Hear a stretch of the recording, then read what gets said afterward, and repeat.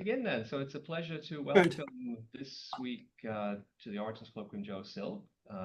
Joe did his undergraduate degree in mathematics at the University of Cambridge, an astrophysics diploma at the University of Manchester, then a PhD at Harvard, before then heading to Berkeley, where he was for many years. In fact, that's where I first met Joe, my first advisor at Berkeley. Around that time, just after I arrived, so what was it, mid to late 90s, Joe then took a position at Oxford and went back to Europe, and currently now has positions at IAP in Paris and Johns Hopkins in Baltimore. He's worked on a vast range of topics across astrophysics and cosmology. We'll hear tomorrow about his work and thoughts on cosmology. Today, he's going to tell us about black holes in the cosmos. So welcome, Joe.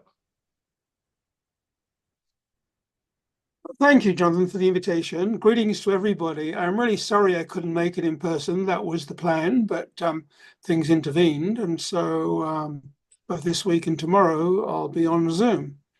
So this talk is about black holes. I'm going to focus on the supermassive ones, but let's begin with the general theme, namely the huge advance we've had with JWST. It's larger, of course, than HST, but above all, it takes us into the infrared, which means we can cover the distant universe, the highly redshifted early universe, much better than we could with HST. It complements HST beautifully. So to start off the story, I'm going to just tell you one or two things about black holes as sources of interest to us of all possible masses. So I would say one of the most exciting developments at the moment is that we've been searching, it seems forever, certainly throughout my career, for dark matter. We haven't found any real candidates yet. And the primordial black hole has emerged as one of the candidates, one of the leading candidates, I would say, for the nature of dark matter, along with a number of weak interacting massive particles, which may or may not exist. Let me not even get into that. But let's just update where we are on black holes. The primordial version, we know, of course, that the massive ones can't be the dark matter. They would, entirely destroy our galaxy, whatever, if we had too many million solar mass black holes. But there's a range of a few solar masses and below where they're very interesting and may contribute, or even dominate the dark matter.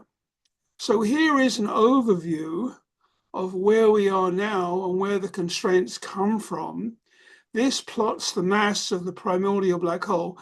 Now, let me not say anything about the origin of primordial black holes. There are various theories out there, and if you adjust the initial fluctuation spectrum, and this could be motivated by inflation or whatever, phase transition to the universe, you can make black holes, there's no question. And they could survive if they're above a certain mass to be the dark matter.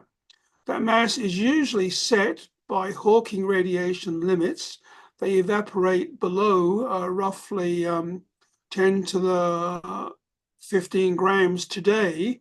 And even if they evaporate in the past, they would possibly leave traces in the X-ray background or whatever, because that typically is what this mass range evaporates into. So we set limits. So you can see in this plot, you have the low mass end, roughly asteroid mass, with a window allowed in between the asteroids and I would say sublunar masses. So those could be the dark matter. They're excellent candidates.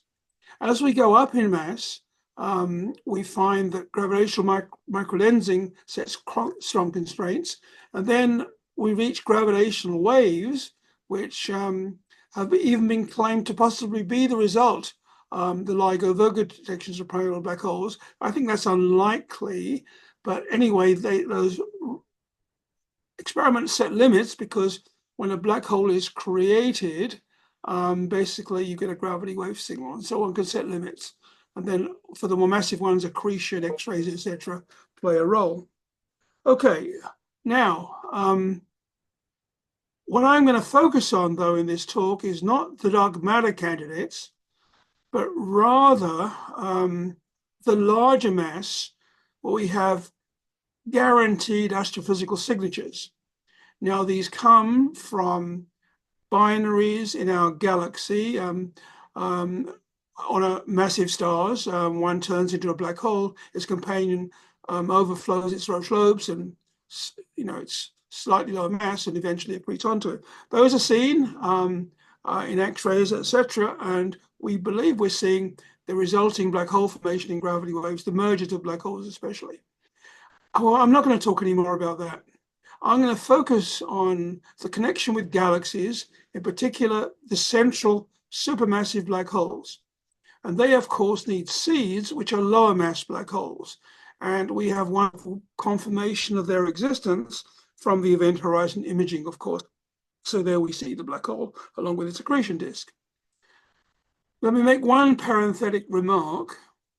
Hawking radiation is by no means guaranteed. The physics is uncertain. It's disputed by some quantum physicists. And if one takes that dispute seriously, you have the option of ultralight black holes, which could go down to masses even of a few Planck masses. And there are many interesting experiments you can use to test for these. And indeed, if they're not too ultralight, but in the masses of, way, way below asteroids, then depending on how extremal they are and Hawking radiation suppressed, they may even give signals too. So you can see the mass ranges we can discuss now go way down to billions of grams and even lower maybe. So all of that's fascinating, but again, that's not my talk today. What it is, it's about intermediate mass and especially supermassive black holes. So I want to tell you the story that lies behind them and why there's been essentially a recent revolution thanks to JWST, which I'll try to describe. So basically, this is the big surprise, for me, the biggest surprise from JWST, that we're finding so many compact red galaxies with black holes in. And moreover, more generally, we're finding too many galaxies. They're too early in the universe, and they're too luminous compared to our expectations and to the simulations existing before JWST by and large.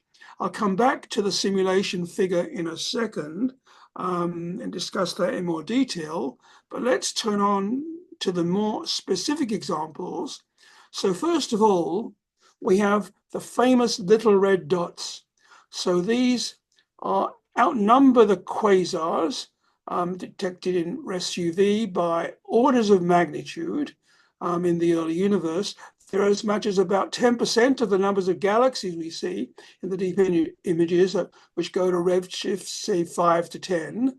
And we infer black hole masses from our JWST spectral diagnostics in the range, assuming Eddington accretion arguments, of course, of 10 to the 7th to 10 to the 9th solar masses.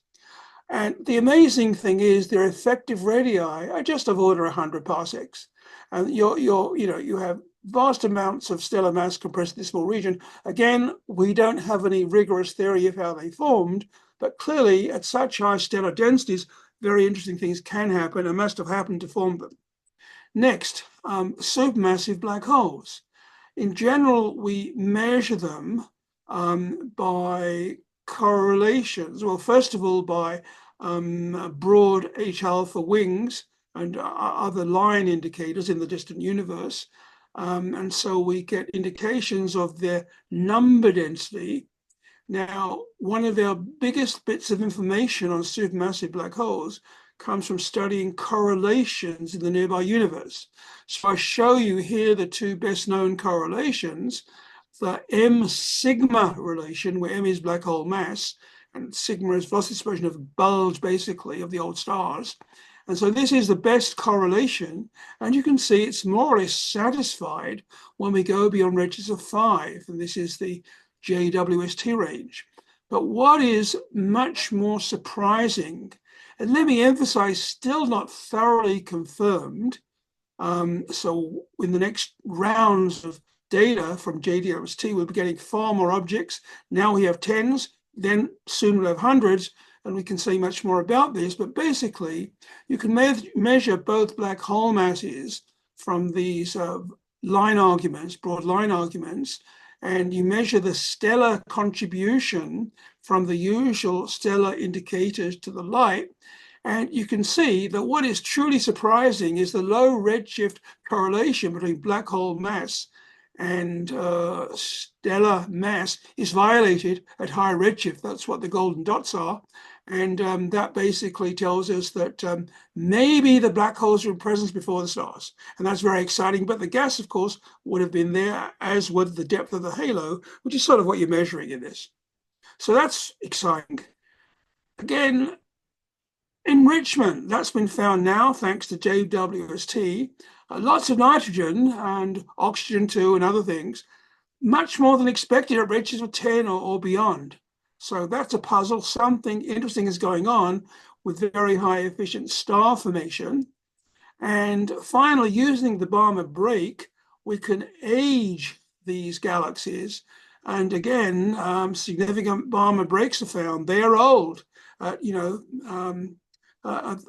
order 3 billion years or more at these large redshifts. That will be the inferred age, which means that most likely star formation must have also happened very quickly and very efficiently. And there's something I'll come to at the end. One of the big surprises in this field has been the, relatively speaking, X-ray weakness of these supermassive black holes in the very early universe. There are so many of them, we should be seeing more of them as Chandra-type X-ray sources. We are not. And I'll come to the hypothesis behind that in a moment too. Okay, so let's turn to the simulations compared to the data. And here you can see all the prior simulations, the predictions, if you like, versus redshift. And apart from maybe one simulation, all the others are way, way off. And, there are, you can argue whether, how do you dismiss these other simulations, which between them have all the right physics, supposedly, that we understood pre-JWST for star formation? So something strange is going on there. So I think simulations are missing certain things, and that's really the point of this brief talk. And so here is sort of what the models are missing. First, let me show you the models. So these are the parameters. There are two types of models for galaxy formation. There are semi-analytic models, which predict luminosities, etc. They're via merger trees. They're beautiful, but they have many free parameters, which you adjust according to recent data. So these are the first 20-odd parameters, and here are the next. They're of order hundreds of free parameters. So, it doesn't take too much to modify these. It's our best guess from the local universe as to what should go into the simulations. So there's another approach, which we like to think is much more reliable, and that is to do numerical simulations. So this has become a vast industry in the field. But let me just summarize for you from this Vogelsberger review a few years ago, all that goes into the simulations: the physics of gas cooling, the physics of the interstellar medium, the physics of star formation and its efficiency, the feedback from stars, exploding stars, the role of supermassive black holes and their activity, active galactic nuclei and possible energy they produce into their surroundings, the role of magnetic fields, the role of radiation fields, and finally the role of cosmic rays. All these are known in recent papers to play major roles in arranging the gas, in controlling the star formation rates and fragmentation rates in galaxies, and eventually accretion to form black holes. So here is the great production. I think it's beautiful, actually. All of these are fake images, right? Similar images. And they're so convincing that you can't really tell the fake ones from the true universe that we observe. So I think we have to step back a little bit and consider, is this enough of a criterion to take these simulations at face value? My feeling is no, not yet. They can be improved. They are being improved rapidly, of course. But the reason why is there's something missing from all of these simulations. And that is objects like this which inevitably, in my opinion, because of the early formation of supermassive black holes, which we're seeing in JWST, must dramatically affect the surroundings and therefore be controlling the efficiency of star formation. Now, your first thought might be, fine, this is great. It's going to shoot all the gas out. It's going to be what we call quenching. Well, this has to be debated very seriously now. First of all, what we're looking for is some stimulation of star formation, not destroying it. And as for quenching itself, I'm sure that occurs, most of us are, but there's really little direct evidence in the nearby universe for this. So it's physics that we need to explore much more carefully. Now, there's more to the story. And the main point of this talk is to say that not only can you have quenching that is negative feedback on star formation, but you can also boost star formation if the quenching occurs, if the AGN activity occurs, in a very dense medium. And then the enhanced pressure of the gas can actually induce star formation by crushing nearby clouds. And so this way you can drive early star formation in dense environments. So then the universe would look a bit like this in this picture. Early on, lots of black holes, including the massive ones. We'll come to why they should be there in a moment. We barely know that. But then there's a phase where the outflows into dense media that involves radiation. And so they're momentum driven. And that's where you might or might not accelerate star formation, have positive feedback. And then finally, the outflows really take over in driving out the gas and quenching star formation. So that's basically the picture that we laid out in a paper earlier this year. I'm going to show you now simulations from the early days, which try to model this. On the left, you see the gas around the galaxy. On the right, you see the old stars. And so you can see punching its way through the galaxy, enhancing the circumstantial pressure, is this tremendously powerful AGN shock, creating a high pressure bubble around the gas-rich early galaxy. On the right, you see this circular annulus of stars forming very, very vigorously. So this is, these are old simulations. I don't pretend to say they're as good as the recent ones. They tell the truth. This is more to give you a flavor of what could be happening. We have no idea what the efficiency of this effect is. No one has modeled it yet. It could be small, but it might be large enough to make a huge difference. So my speculation, our speculation with my collaborators, is that this really is potentially a large effect in this early dense medium where the AGN outflows lose energy. And so you have momentum conservation. Cooling is very strong. You have very high column densities of gas. I'll demonstrate that in a second. And in fact, it's so dense it might be Compton thick, which might even explain partly why we're not getting the X-rays. And so the moral of this is that star formation may be boosted at higher redshift. That the later epochs, a typical flow tends to, it's conserving energy if it's not radiating. That way you get momentum boosting, and that's going to drive the outflows and cause the gas to go out and then quench all the star formation. That's on a longer time scale. So when does this transition occur? That's the incredible mystery that I think we can answer now. And that's because when we look at the many observations from ALMA and other telescopes of the gas column density of the interstellar medium, we see that at redshift approximately 5 or 6, you pass into what is almost certainly a Compton thick environment. And that's also where you get high column densities. And so very, very efficient, most likely, cooling and star formation if you can overpressurize the gas by AGN outflow. So that's sort of the story. You can try to, make simple theories of this. That's all we can, I think, do at the moment. And that's the star formation rate in the simplest arguments is some efficiency factor. Normally, we take that from supernova outflows, and that's the gas mass over the free fall time times some efficiency factor of order 1 or a few percent. But you can rewrite that equation in terms of the pressure. And so that's equivalent to gas mass times the square root of the pressure, which suggests to you that if you can boost the pressure enough with these early outflows, bingo, you can boost the star formation rate.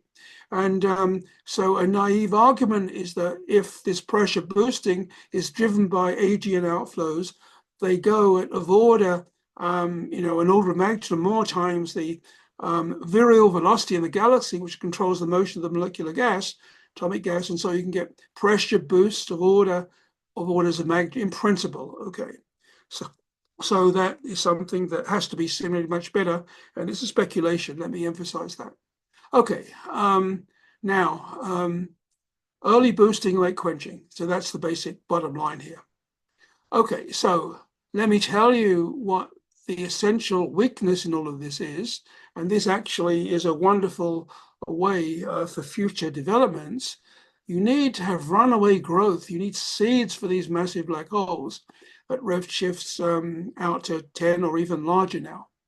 Where is the most likely place they could form? So I have a preference here. This is one that's being debated now, but I think it's a very plausible one, which is nuclear star clusters are by far the densest star clusters in the universe, typically 100 times that of globular clusters. That's where you're likely to have old stars and their remnants, physical black holes, accumulate, fall into the centers, and you'll get many, many mergers. And those will lead to, by a merger history, central black holes forming.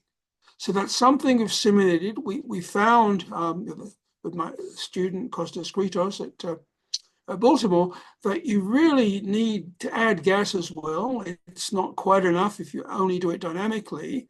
And then you find you do keep these black holes in for long enough to undergo the merging, even though these dense clusters have high escape velocity, which is a good thing because that way you retain the gas, of course. So that's, I think, what could happen early if you form the center regions of galaxies early, which is itself an assumption. But let me give you a prediction, and that's a stochastic gravity wave background from these early mergers, stellar mergers, and stellar massive black hole mergers, which can be seen in the future with the dashed jagged lines, which are the main experiment range of observable frequencies for this compared to all the other experiments we're looking at now. LIGO, Virgo on the right, these are at lower frequencies towards the left, etc. Okay, so that's most of the story. Let me conclude with what I think is the most exciting question of all. And let me say, this question is, where are the X-rays? But I could enter a final question, which no one has even thought about answering yet, is where are the radio? Where's the radio emission? But let me come, I'll mention that in closing. But anyway, you most likely need Eddington or super Eddington accretion in the usual models to make these black holes early. You may get away with the process I outlined in nuclear star clusters. That's great. What you need, though, and what you expect in the theory, is that the galaxy surroundings, the galaxy itself, the proto-galaxy itself, is Compton thick at redshift larger than 6. But there is a slight problem here. Compton thick, of course, means no X-rays get out. So we need a slightly better theory. So there are two views on this now being developed. One is that you have partial obscuration of the X-ray beam. Maybe this will work, maybe it won't. You have to find the obscuration, demonstrate that the path is not completely cleared for a weakened X-ray flux to emerge. And this may be the answer to get X-ray weakness. But there's very recently emerged a new idea, which is based on X-ray polarization. This is a beautiful discovery of the XP satellite, which measures X-ray polarization. And you find that we see this now in black holes like Cygnus X3, actually. But the same physics should apply to much larger scales. And that is, the primary X-ray beam is diverted. So you get much less than you might think. And possibly a soft X-ray boost as well, but that we wouldn't see far away anyway. Okay, so that's more or less the end. Let me turn to the future. That lies in gamma rays, perhaps, but most likely in gravity waves. And because I think there that we are, the signal for forming black holes from seeds must involve, in many models, gravity waves. And so we have two new experiments coming underway in a decade, one in Europe, one in the US, which will measure, they say, every binary black hole merger in the universe out to redshifts of order 10 or even 20. And they're expecting of order, 100,000 black hole mergers per year. An amazing data set, right? That's, many a day. They'll be overwhelmed with the data, but that could be where the future is. To tackle the large black holes, we need to go to lower frequencies. That will come with a LISA experiment, and they may give us hints of black hole mergers far away. And then finally, we need the optical counterparts, of course, and that hopefully will come with experiments like the ELT, again, to have first light in 3 years or so. I personally think that there's a whole other way to go, and you'll hear about this in my talk tomorrow, and that is go to the moon, my friends, because that's where we're going to be building the next generation of telescopes, large telescopes, I think, maybe not tomorrow, but certainly in 20 years. And for example, you go to dark craters, which are near the poles, shielded by high crater rims. They can, eternal darkness, very cold, great place to put infrared telescopes. And this is what one of the ultimate infrared telescopes can do. You can see compared to JWST, that's huge boost in efficiency for one design that's out there for a lunar-based telescope in a dark crater. And all of this will be done as one of the activities we're doing along with many others on the moon, as you'll hear about tomorrow. I think it's a prime project. So basically, and then the gravity waves, the moon will not be left out of this also. The moon has no atmosphere, that's why it's so great for infrared. But likewise, it's basically like a giant seismometer. The Weber bar experiments never quite found gravity waves. We can do so much better on the moon. So there are proposed seismometer experiments, upgrades of Apollo, if you will, and also even eventually laser experiments on the moon. And these will take us to, again, bridging the gap between LISA Virgo and LISA, which is where much of this fascinating signal may be. So that's the story. Let me add at the end, since this is a talk to a radio, some dominant audience, that I've said nothing about the radio, and that's because I have no idea what the predictions might be, but that will be a fascinating corollary of what I've told you about. Thanks. Great. Thank you very much, Joe. So we have plenty of time for questions and discussion. And again, just raise your hands here or in Chalmers, Joe, if you help me, or online, and we can try and get through them. So I see Tom with a question online. So Tom, do you want to go ahead? So could you repeat the question? I don't seem to have online capability. No, Tom will just speak it. Oh, great. Wonderful. It's this new technology. It's great.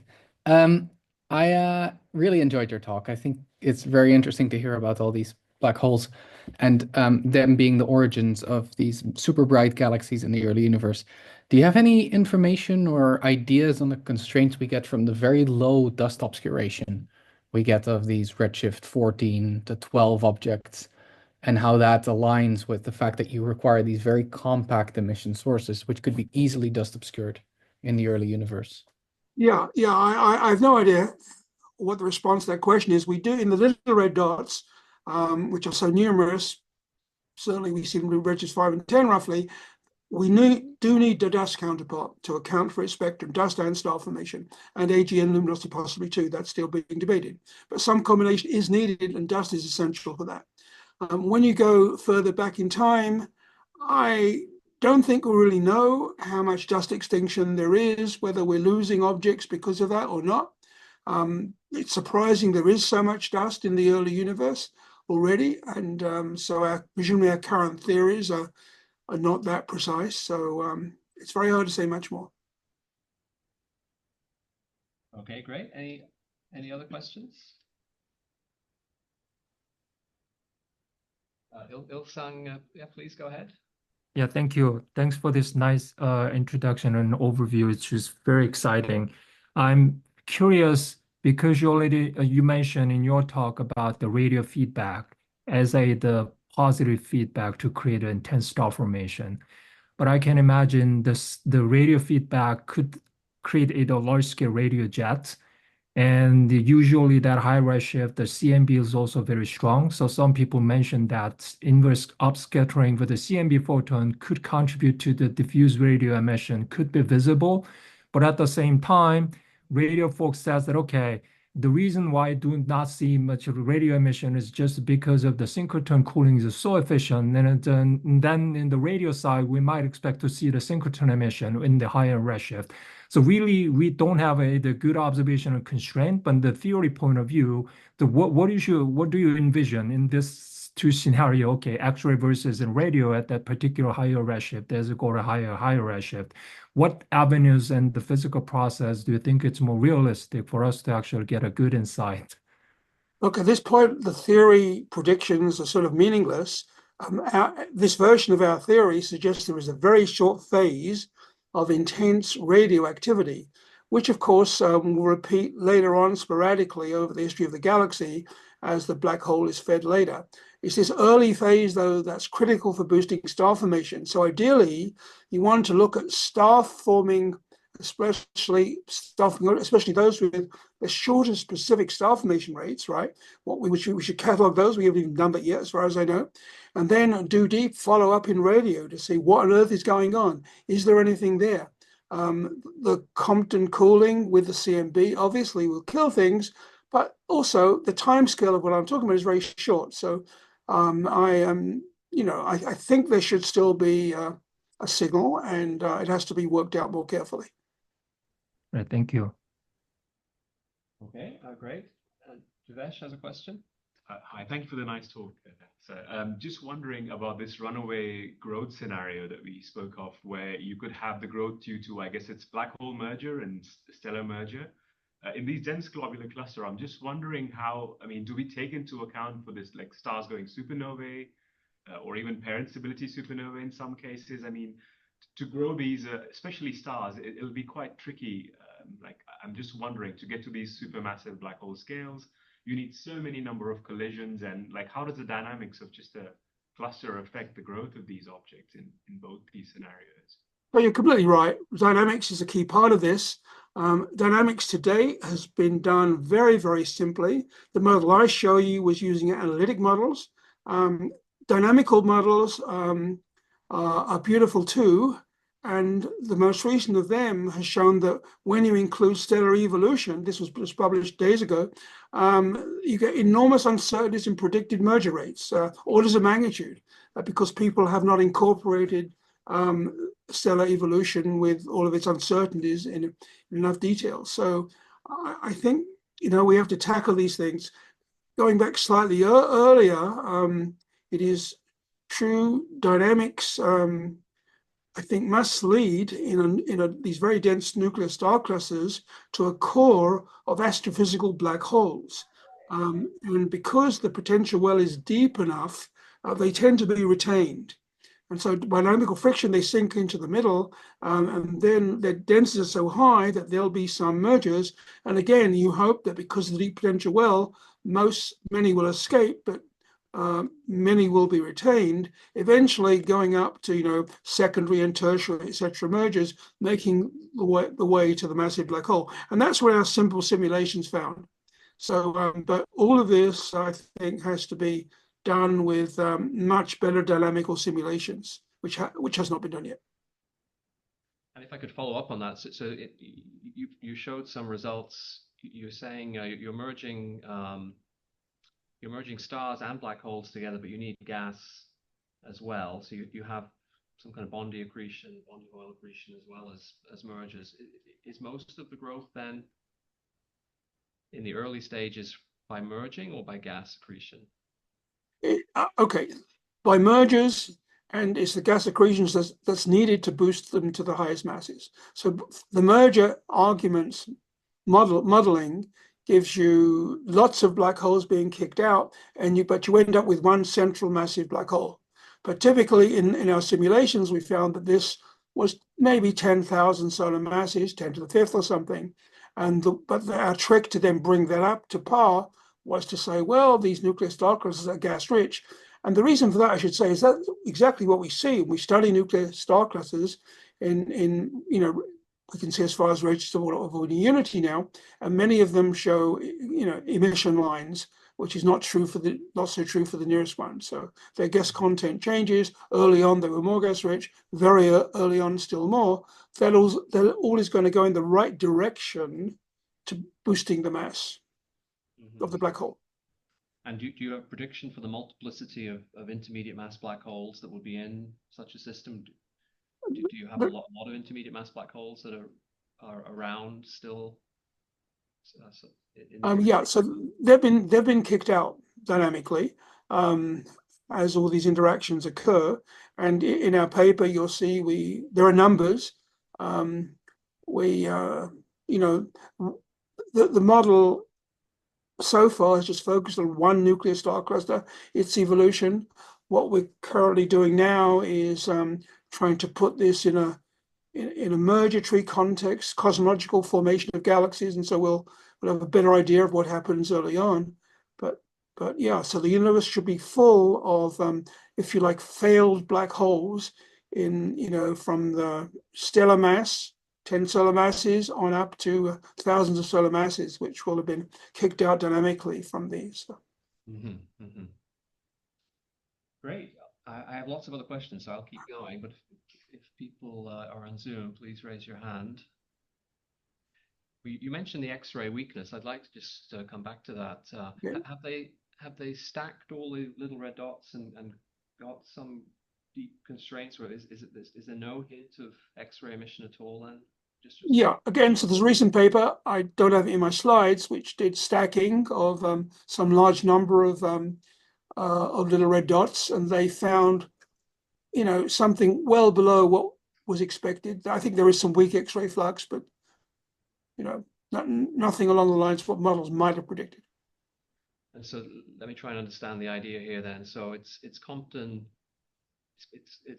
thick or partially Compton thick, but we still see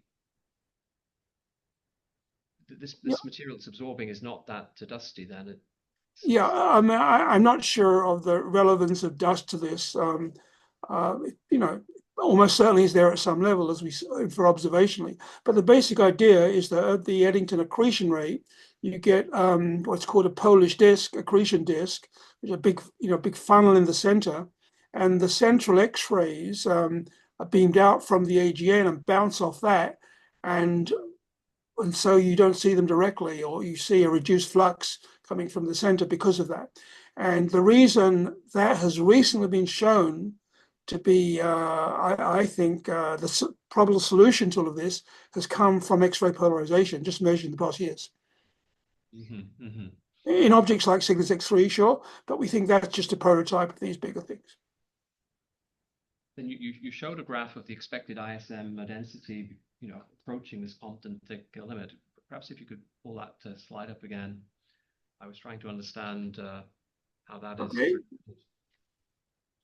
Because these very central regions of a small scale, it would be quite hard to predict, a general trend with redshift, I would imagine. So that this Skilly 22 study, can you go into a little more detail about how they can, where these lines come from? Okay, so it's CO basically, and it's I think a compilation of all the data available at that time, and this is and these authors claim to have found a redshift dependence in the inferred total column density, which is atomic plus molecular gas, I believe.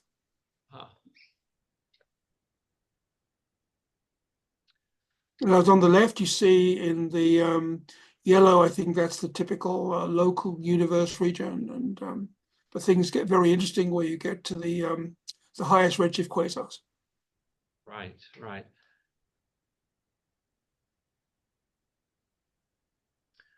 Okay, but maybe at the highest redshifts they're not sensitive to some of the lower column densities. Oh yeah, I don't think anyone is claiming there aren't low column density regions. This is, line of sight integrated over the entire galaxy, I suppose, which is not resolved. Great. Then I wanted to come back to your main point about triggering star formation. and with the AGN jets themselves. So that would be star formation triggered in the same halo then, or in neighboring halos, or? Well, observationally, there are several examples in the literature of triggering, and that's all of the above, all the possibilities you mentioned. I think our theoretical preference is in the same galaxy. It's simply the effect of the AGN burst cocoon on the surrounding circumgalactic medium, which over pressurizes it if it's dense enough, high enough column density, and that then compresses the gas-rich disk of the forming galaxy. And so it's extreme pressure, which could induce this extra star formation. Again, let me emphasize, I haven't seen any simulations really of this in recent years, so it's all speculation, but I think it's plausible. Mm-hmm. In your model of seeding the black holes, it requires dense star-forming systems. So if you could go to a neighboring halo, that might help, trigger new AGN formation, I suppose. If you're... Yes, indeed, and even new nuclear star cluster formation. I mean, I keep on thinking of the images of the sunburst arc, which show many, separated million solar mass type dense, very dense star clusters, newly formed presumably. So I don't think we know that happened either.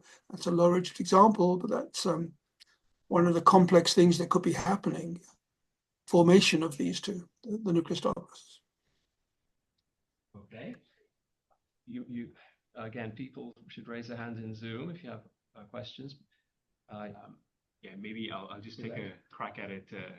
So just going back to these little red dots, a really crazy idea, but could some of them actually be these more massive stars, right? There's Balmer breaks features, there's lack of X-rays. Perhaps it could be explained by this, but they're very compact, they're red, they have helium lines as well. So I was wondering, is this something like, what do you think of an idea such as crazy as this? These could be stars of a few thousand solar masses or so. Yeah, so my first objection would be many are resolved at JWST resolution, so they're extended objects. Mm-hmm. What kind of, are the luminosities consistent? Yeah, that's the thing.